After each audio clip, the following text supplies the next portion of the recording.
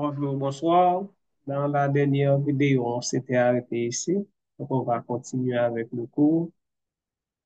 Et bien sûr, cette partie, c'est ici la réaction exergonique. Donc, au début de ce chapitre, on avait parlé de réaction exergonique, réaction endergonique. Alors, ce qu'il faut savoir, c'est que gonique signifie travail.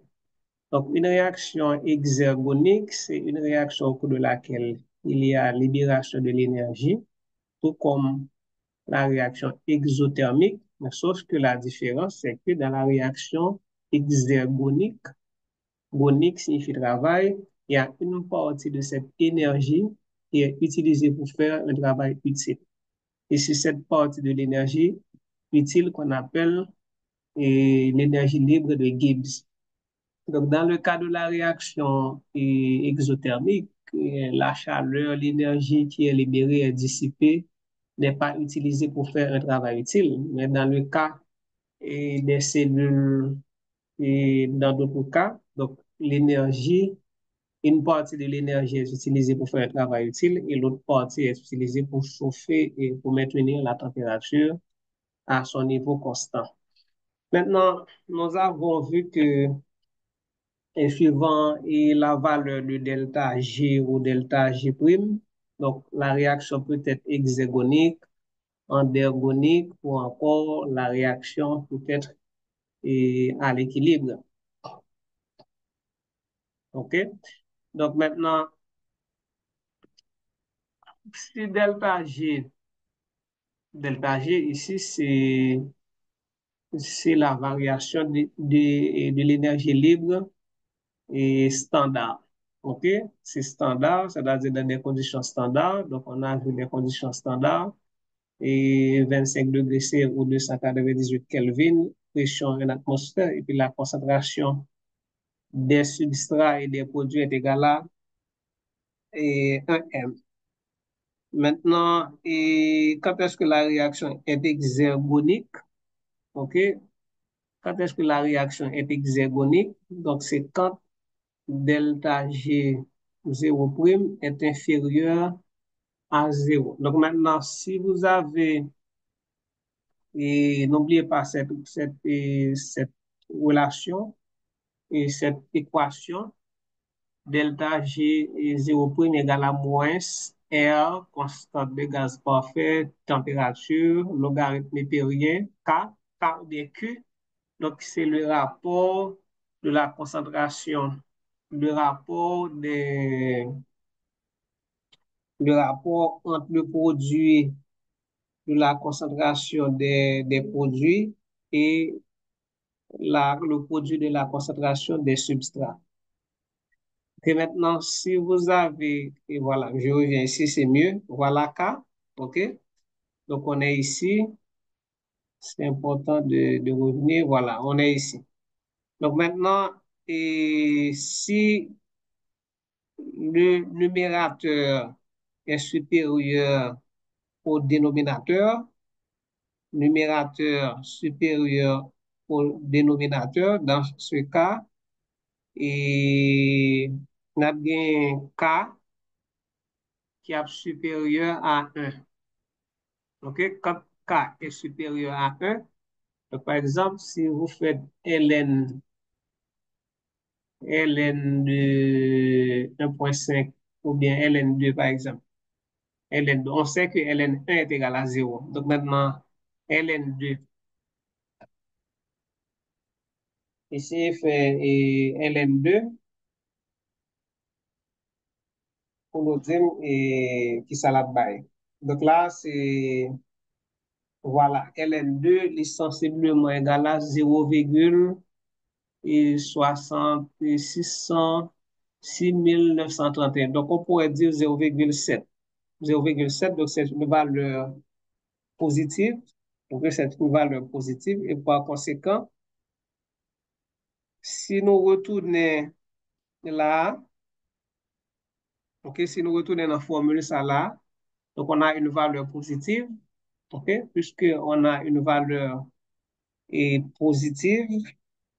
Donc maintenant, le produit moins RTLN a bail en valeur négative. OK? Donc, pour que la réaction soit exergonique, donc il faut que la réaction soit favorisée dans le sens 1. Cela veut dire que les produits sont en plus grande quantité que les substrats.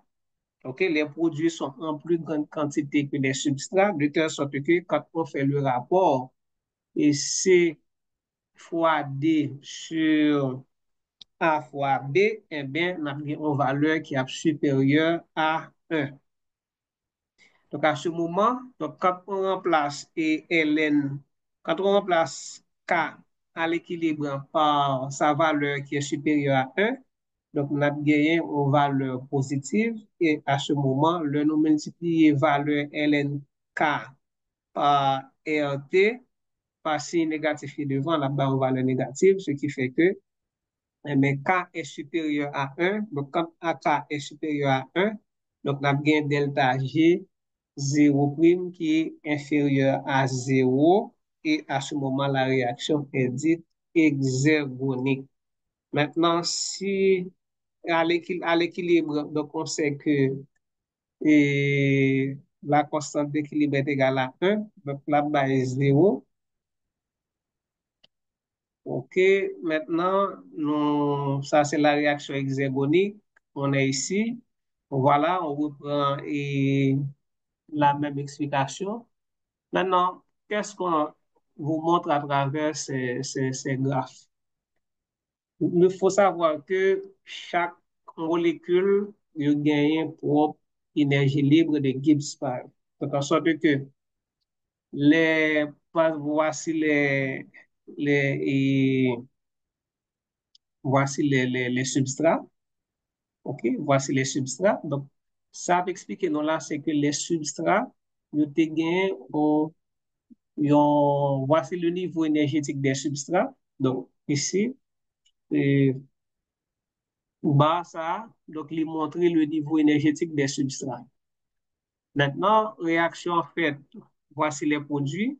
Donc, voici le niveau énergétique des produits. Donc maintenant, le fait que les substrats gagnent un niveau énergétique qui est nettement supérieur à produire, ok? Donc cela veut dire que les produits sont très stables, ok?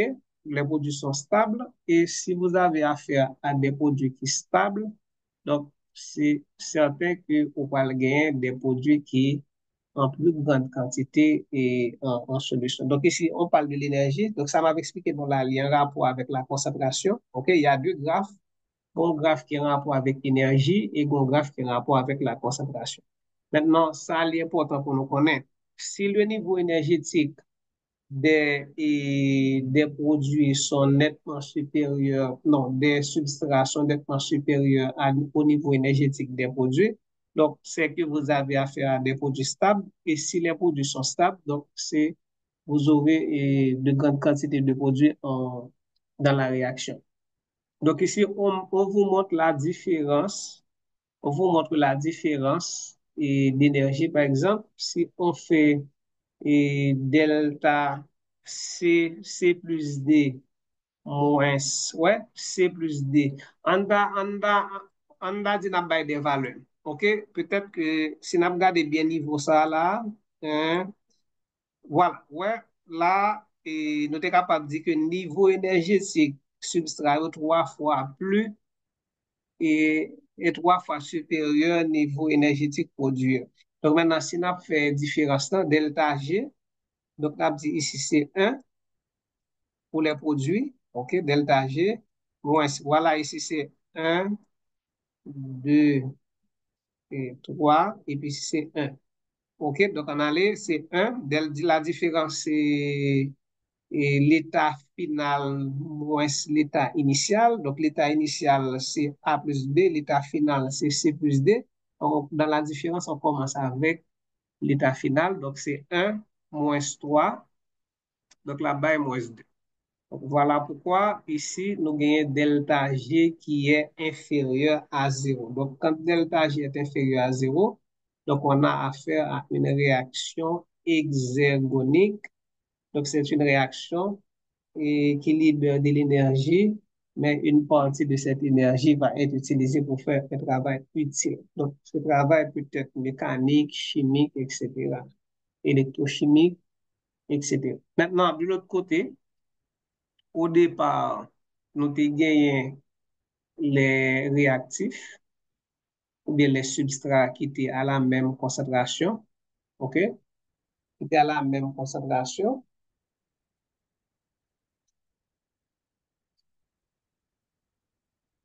OK?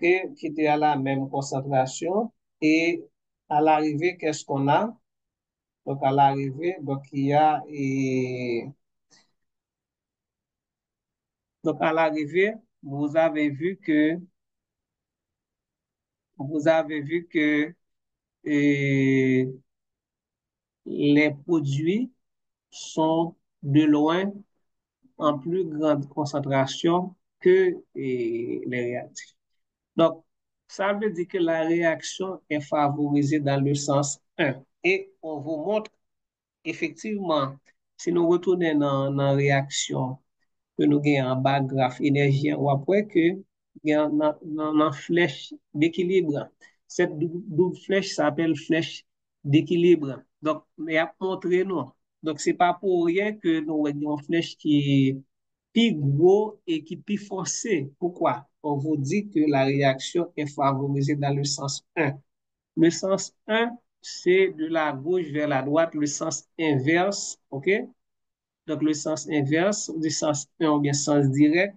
Donc, on dit sens inverse. Donc, c'est de la droite vers la gauche. Donc, flèche qui pique droit et qui pique foncé indique que la réaction est favorisée dans le sens 1. Donc, favorisée dans le sens 1 veut dire qu'il y a beaucoup plus et la concentration des produits est nettement supérieure à la concentration des réactifs.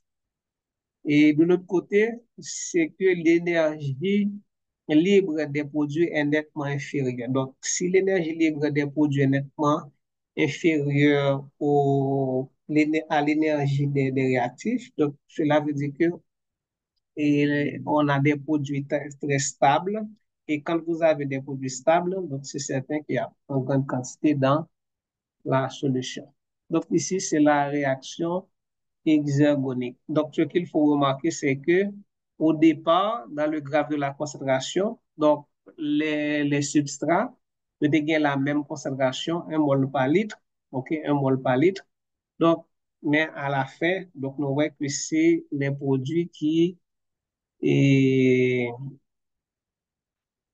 c'est à l'équilibre, donc c'est les produits qui est finalement à l'équilibre, donc en plus grande quantité. Maintenant, ce qu'il faut dire, c'est que quand on parle d'équilibre, quand on parle d'équilibre, l'équilibre en chimie peut être un peu différent de physique, c'est pas 50-50. Ok, l'équilibre, c'est que euh, réaction une réaction qui est à l'équilibre, soit réaction qui est à fait dans les deux sens, mais à la même vitesse. Donc, mais à l'équilibre, ça ne pas veut dire que les produits yo en même quantité que substrat. Ça ne pas veut dire ça. Chaque réaction a un équilibre et à l'équilibre, chaque réaction à l'équilibre, donc il y a une concentration spécifique de produits et de substrats. Donc là, à l'équilibre, vous voyez que c'est pratiquement et c'est les produits qui dominent par rapport au substrat. Donc, voyons la réaction endergonique. Donc la réaction endergonique, c'est delta J0 supérieur à 1 est supérieur à 0. Donc, dans ce cas, et la constante d'équilibre est inférieure à 1. Pour nous capable de une constante d'équilibre qui est inférieure à 1, faut-il bien que les substrats qui c'est dénominateur là, le supérieur à numérateur là. Donc, je reviens ici pour m'expliquer nous ça. Voici K à l'équilibre. Donc, si vous avez les substrats A, B, qui est supérieur à numérateur là. Par exemple, si nous avons en l'air 1 et puis en bas nous avons 2. Ça va combien? Ça va 0,50. Maintenant, si nous venons là, nous allons remplacer 0, nous allons remplacer K à l'équilibre par sa valeur qui c'est 0,50. Si nous allons remplacer K là, donc ln 0,50 va combien? On va aller faire recherche là pour nous dire ln 0,5. Bon, ça me connaît là bas en valeur négative. Si le bas en valeur négative, donc on a déjà une charge négative. Donc, il nous prend charge négative qui devant nous multiplier la valeur que nous avons là qui est négative. Donc, il va le bas nous en charge en signe positif. Voilà, ln 0,5, il bail et zéro moins 0,7. Donc, moins 0,7. Donc, multiplié par moins RT. Donc, il va avoir une valeur positive. C'est pour cette raison que nous gagnons et nous gagnons delta G qui est supérieur à 0 dans le cas de l'organe substrat qui est en plus grande quantité que l'air. Et c'est ce qu'on a montré ici. Et là, c'est l'inverse, c'est que ici, vous avez les substrats. OK, vous avez les substrats qui gagnent une énergie, qui gagnent un niveau énergétique qui est inférieur par rapport au niveau énergétique des produits. Donc maintenant, pour que et produit ça soit capable de arriver dans le niveau énergétique ça, donc son réaction qui besoin qu'on baille énergie. Dans la première réaction, regardez bien les produits. Les produits au bon niveau énergétique, tellement d'énergie, ils ont trois fois plus d'énergie que produit. Donc, si ils ont trois fois plus d'énergie que produit, donc, ça veut dire qu'ils ont une énergie suffisante pour être capable de transformer en produit. Leur fin prend quantité à besoin pour transformer en produit, il y a un reste à prêter.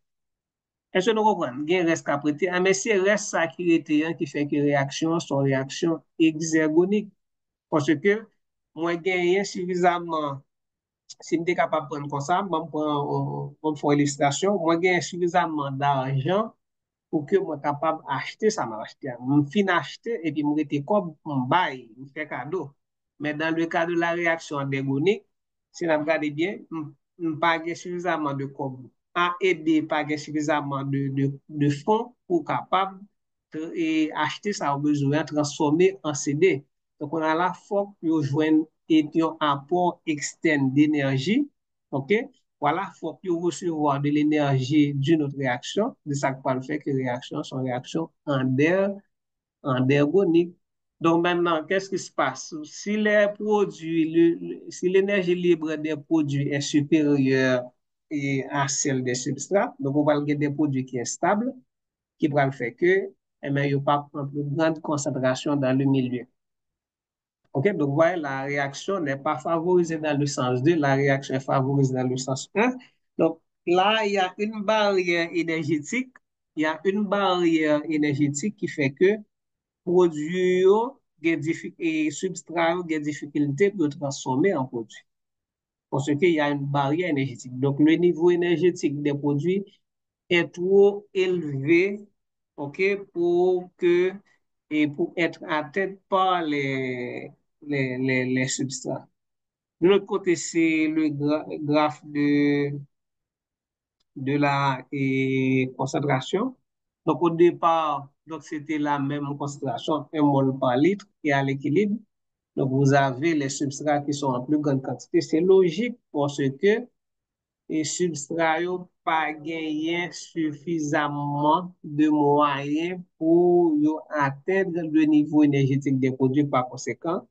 Donc, yo est en plus grande quantité avec la réaction est favorisée dans le sens de la réaction est favorisée dans le sens 2. Donc, au plus il y a tendance, la tendance, c'est quoi? Le fait que C plus D qui a un niveau énergétique qui est plus élevé, mais C plus D qui a tendance à donner A plus B. Il est plus facile pour C plus D donner A plus B que A plus B by C plus D. Côté qui a plus énergie, c'est les mêmes qui ont plus tendance à transformer en l'autre. L'autre façon de capable d'interpréter l'encore, c'est l'osmose inverse. Est-ce que c'est l'osmose inverse? Bon, c'est pas quoi, c'est ça. Mais l'important, c'est que c'est quand vous avez deux parts et d'autres et d'une membrane, le milieu qui est plus concentré, donc naturellement, la tendance pour aller vers le milieu le moins concentré. OK? Vers le milieu le moins concentré. Là, c'est osmose. OK? C'est osmose. Donc, il va aller vers le milieu le moins concentré. Donc, côté qui est plus énergie, hein, donc, la transforme naturellement en un produit qui est moins énergétique.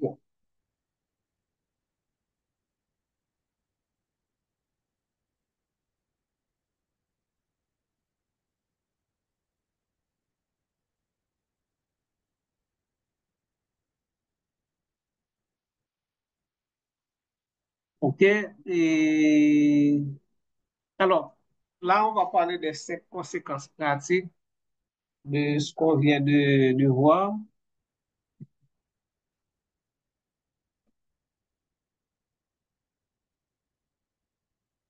OK? Et conséquence un, soit la réaction réversible, considérée de la gauche vers la droite, et quand delta G est égal à zéro à l'équilibre, delta G est égal à zéro à l'équilibre, qu'est-ce qu'on a? Donc, on a delta G prime égal à moins TLN et puis le quotient des concentrations.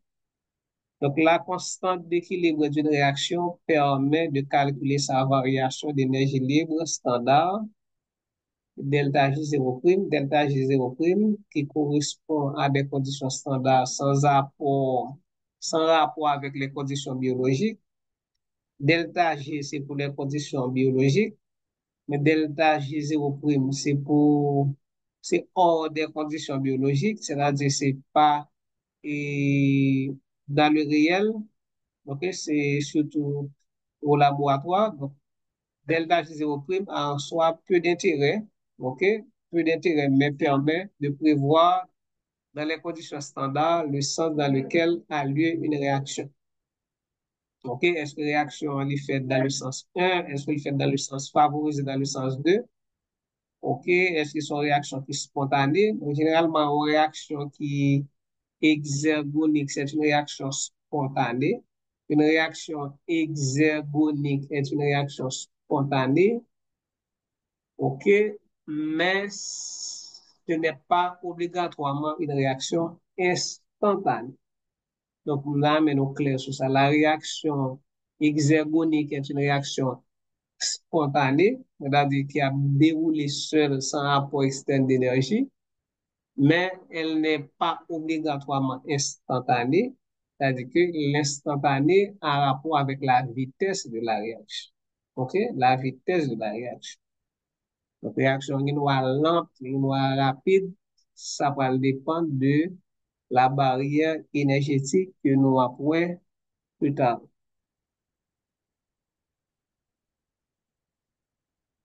OK? OK, on est là et donc voilà. Donc, permet de comparer des réactions et de les classer selon la valeur de delta G0 prime. Le delta G0 est négatif pour la réaction et hexagonique est dite spontanée. OK? Donc, quand delta G0 prime est négative, OK? Donc, la réaction est hexagonique, mais plus elle est négative, OK? Plus elle est spontanée. C'est-à-dire que c'est une réaction qui est possible sans apport externe d'énergie. Et cette réaction produit de l'énergie aussi. Et une partie de cette énergie est utilisée pour un travail utile. Lorsque delta G est positive, la réaction est endergonique, mais c'est une réaction qui est thermodynamiquement impossible.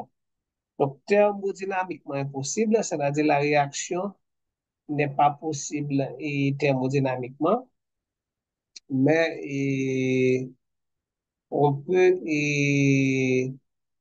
rendre la réaction possible, rendre la réaction possible en apportant l'énergie nécessaire à cette réaction. Conséquence 2, connaissant la delta G0' et les concentrations initiales des substrats et produits dans les conditions cellulaires données, donc on peut calculer delta G et prédire le sens de la réaction. Donc, si vous avez delta et G0' et puis les concentrations, donc c'est facile de calculer delta G. Et par conséquent, la delta G indique, donc ici, c'est au laboratoire, ok, mais ici, on est dans des conditions réelles, donc ça, c'est la cellule. Donc, par son signe, si la réaction est hexagonique, delta G est inférieur à 0, endégonique, delta G est supérieur à 0. Donc, par sa valeur absolue, donc la position de l'état d'équilibre par rapport à l'état initial, plus cette valeur est éloignée de la valeur absolue de delta G0, plus l'équilibre s'établit loin des concentrations initiales. Conséquence 3, une réaction dont la delta G0' est positive et donc impossible dans des conditions standards peut avoir lieu pour certaines concentrations des réactants. OK? Quand c'est le quotient des produits et des substrats est suffisamment inférieur à 1, suffisamment inférieur à 1, inférieur à 1, suffisamment inférieur à 1, cela veut dire qu'il y a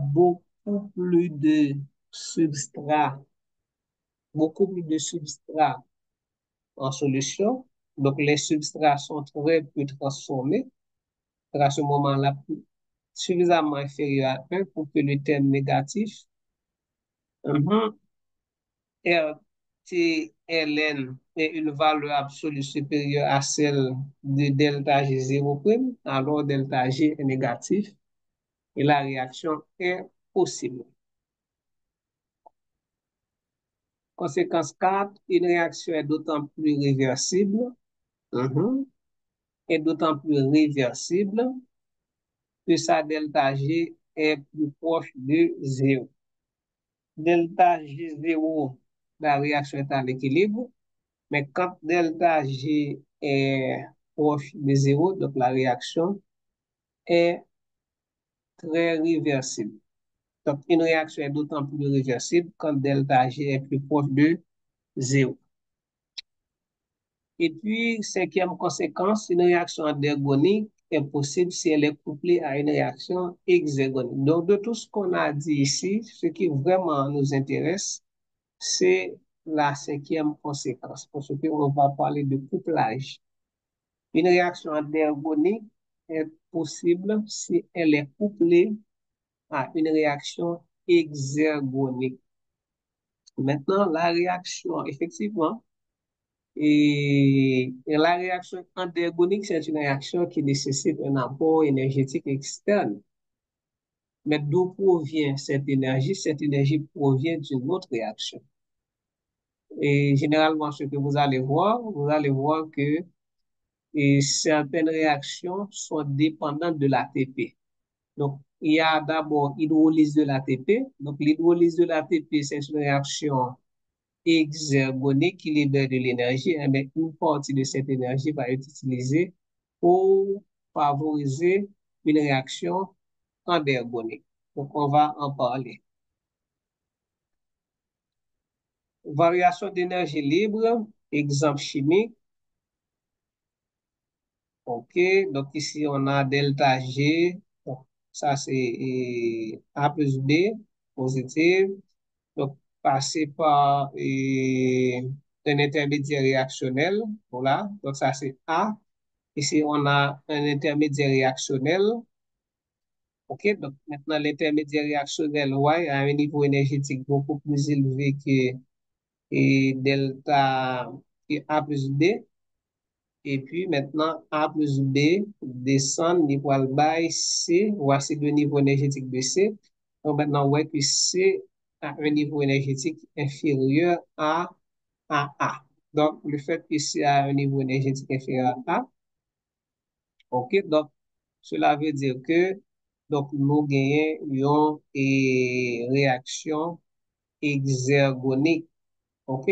Donc, on regarde qui ça gagne ici, là, A vers B.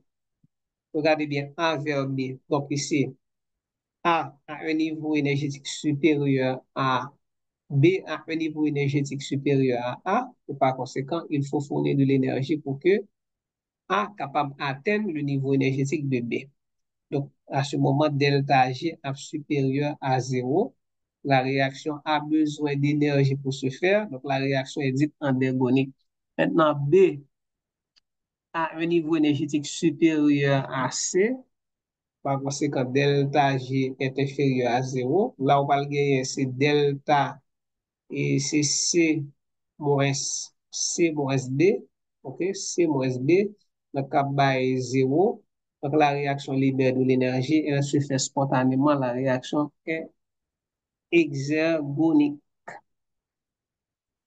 Le couplage, le couplage, en fait, là, on a une réaction. C'est la première réaction que subit le glucose lors pénétrer en dans cellule. Donc, première réaction glucose subie lors pénétrer en dans cellule, c'est la phosphorylation. Donc, c'est ça, phosphorylation. Donc, ici, le glucose.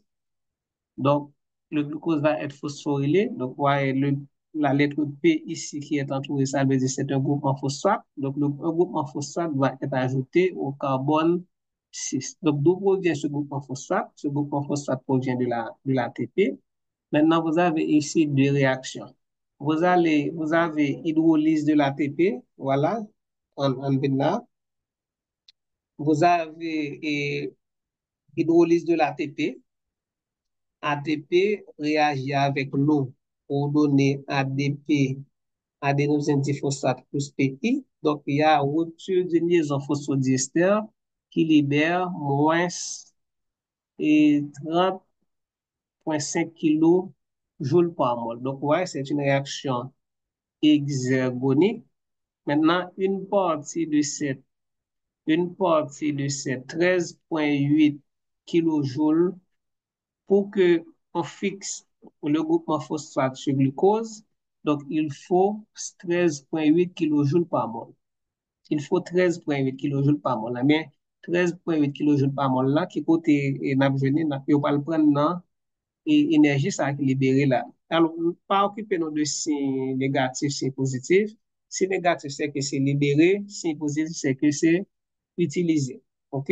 Donc ici, vous avez 30 kJ par mol qui est libéré. Et maintenant, 30 kJ ça, on va utiliser 13,8 pour être capable de fixer et groupement phosphate là sur glucose, ça qui va le bas, glucose 6-phosphate. Donc, la réaction de l'hydrolyse de l'ATP libérer de l'énergie, donc c'est une réaction exergonique, mais cette réaction exergonique est couplée à la phosphorylation de glucose qui elle-même est une réaction endergonique. Donc, dans les cellules, et d'après ça souvent que il y a couplage entre deux réactions yon endergonique, yon exergonique. Donc, exergonique là ba énergie pour que endergonique là capable réaliser. Maintenant, si on fait bilan réaction ça, on a dit c'est, regardez bien, qu'est-ce qu'on a et on a PI ici, on a PI, donc PI pas dans là, on a de l'eau ici, de l'eau, donc l'eau éliminée. Et qu'est-ce qu'on a? Donc, ouais, ça nous gagne. Donc, nous avons c'est glucose plus ATP qui va glucose 6-phosphate plus, et oui, c'est ça, oui, glucose 6-phosphate plus ADP. Et puis, on fait la somme ici. Donc, là-bas, moins 16,7. Donc, la réaction globale est, et c'est une réaction exergonique.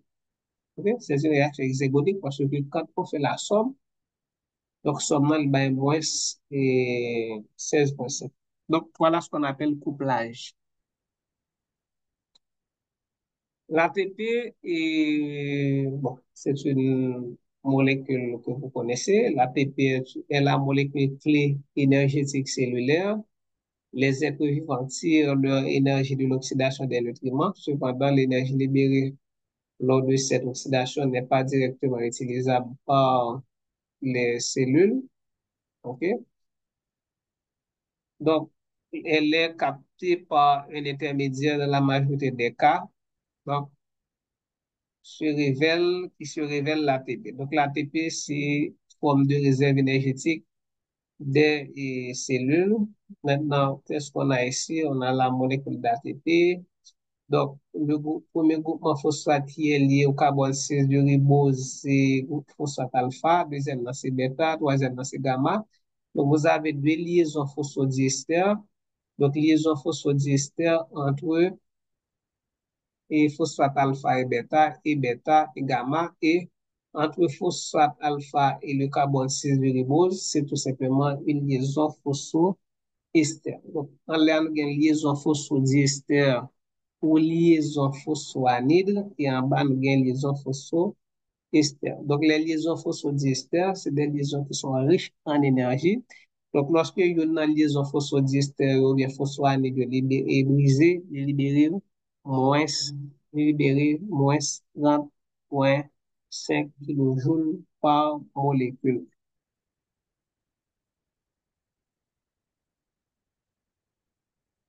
OK, qu'est-ce qu'on dit ici? Ici, on parle de capacité de stockage des cellules.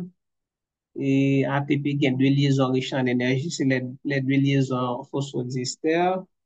Les ont une durée de vie très brève, et en minutes, donc renouvellement rapide. Donc, consommation au cours d'un exercice violent, donc 0,5 kg par minute.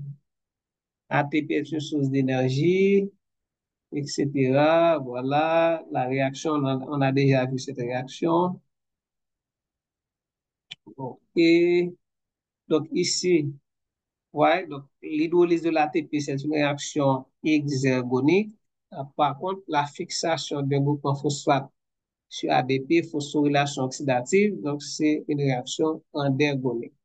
Donc, la concentration d'ATP plus ADP est une constante, ATP plus ADP, c'est une constante, mais le rapport ATP sur ADP varie en fonction de l'état énergétique de la cellule. OK?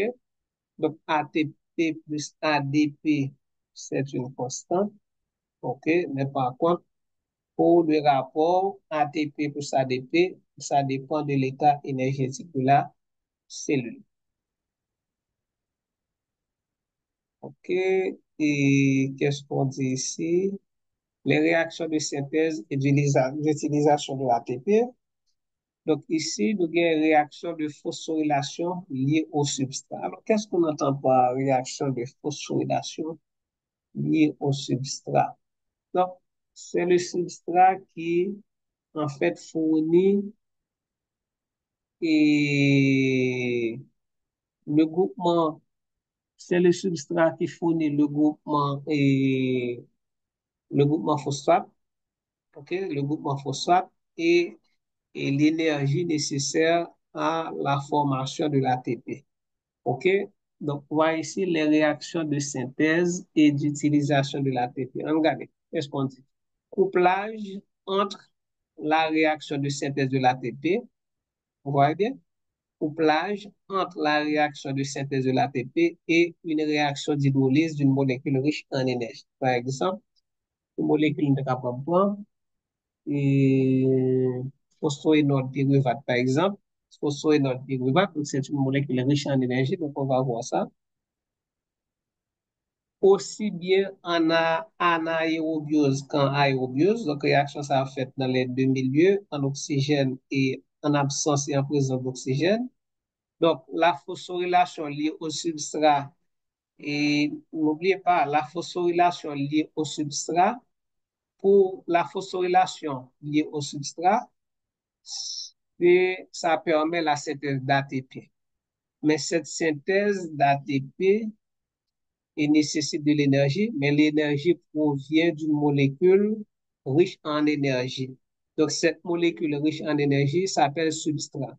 Donc, vous avez un substrat riche en énergie qui fournit de l'énergie nécessaire à la fixation de groupement phosphate sur l'ADP. Donc, si on ajoute un groupement phosphate sur l'ADP, il va être ATP. Donc, c'est 10% de l'ATP, c'est moins de 10% de l'ATP cellulaire qui est formé par des réactions de phosphorylation liées au substrat. Nous gagnons deux variantes. On a deux variantes possibles. On gagne un transfert sur l'ADP du groupement phosphoryle avec sa liaison riche, transfert séparé d'un phosphate et d'une liaison riche. Transfert, donc, on est capable de gagner un transfert sur l'ADP du groupement phosphoryle avec sa liaison riche, et puis on gagne. Et là, dans le deuxième cas, c'est que le groupement phosphate est pris dans le milieu. Le groupement phosphate est pris dans le milieu. Par exemple, dans le premier cas, c'est, par exemple, le substrat, il tout gagne groupement phosphate là qui colle avec, et puis liaison entre substrat et groupement phosphate là sont liaisons qui sont riches en énergie. Donc, c'est dans le premier cas. Par exemple, phosphoénol pyruvate. Phosphoénol pyruvate, donc les mêmes, la transféré, non seulement le groupement phosphate là, mais tout gagne liaison qui est riche en énergie. Mais dans le deuxième cas, c'est que la molécule, le substrat, il y a une liaison qui est riche en énergie, mais il pas de phosphate là. Donc le phosphate sera pris dans le milieu dans ce cas. OK, groupement phosphate là, c'est dans le milieu à prendre et puis pour aller fixer le sous ADP. Ouais, donc le transfert séparé d'un phosphate et d'une liaison riche en énergie. De l'autre côté, on a oxydation phosphorylante et photophosphorylation. Donc, dans le premier cas, réaction de phosphorylation liée au substrat, donc dans la glycolyse, donc on a deux cas, si je me rappelle bien, côté que nous gagnons des phosphorylations qui liées au substrat. Alors que de l'autre côté, c'est surtout dans la mitochondrie, donc oxydation phosphorylante et photophosphorylation, couplage entre oxydation et phosphorylation, en utilisant l'énergie créée par un gradient de protons de part et d'autre d'une membrane cellulaire, notamment la membrane interne mitochondriale ou membrane du thylakoïde des chloroplaste. Donc, et réaction ça en fait seulement en présence de l'oxygène et contribue à la formation de plus de 90% de l'ATP cellulaire. Donc, vous voyez que l'ATP est capable de former de deux façons. Donc, gain moins de 10% qui est formé par phosphorylation liée au substrat et surtout au niveau du cytoplasme, alors que au niveau des mitochondries, donc on gagne plus de 90% de l'ATP cellulaire qui est formé par des réactions d'oxydation phosphorylante et photophosphorylation. Donc ici, je montre nous les liaisons qui sont riches en énergie. Donc les quatre types de liaisons riches en énergie, ou encore liaison à haut potentiel d'hydrolyse. Nous gagnons cette liaison que nous venons dans ATP. Donc, c'est la liaison phosphodiester et tout bas nous qui quantité d'énergie qui est libérée. Nous avons la liaison anhydride d'acide. OK? La liaison anhydride d'acide, c'est ce qu'on a dans phosphoénol pyruvate. OK? Voilà, c'est là. Et non, phosphoénol pyruvate, c'est la liaison énol. Et la liaison anhydride d'acide, c'est 1,3 bis phosphoglycérate. OK, donc ouais, liaison, ça libère beaucoup plus d'énergie que une liaison phosphodiester dans l'ATP. Et puis, nous avons la liaison énol-phosphate. Donc, c'est ouais, beaucoup plus d'énergie c'est la liaison la plus riche en énergie parmi les quatre. Et puis, on a la liaison twister, que nous jouons par exemple dans coenzyme A, acétyl-CoA. Donc, les mêmes, bah, moins 31. Donc, quatre types de liaisons, ça, sont riches en énergie. Donc, c'est par exemple, nous te parlé de phosphorylation liée au substrat. Il y a deux cas. Eh bien, il y a un cas côté que c'est et, et substrat, non seulement le groupement phosphate, mais il peut gagner une liaison qui est riche en énergie. Donc, ça a fait pour l'exemple de phosphoénol pyruvate.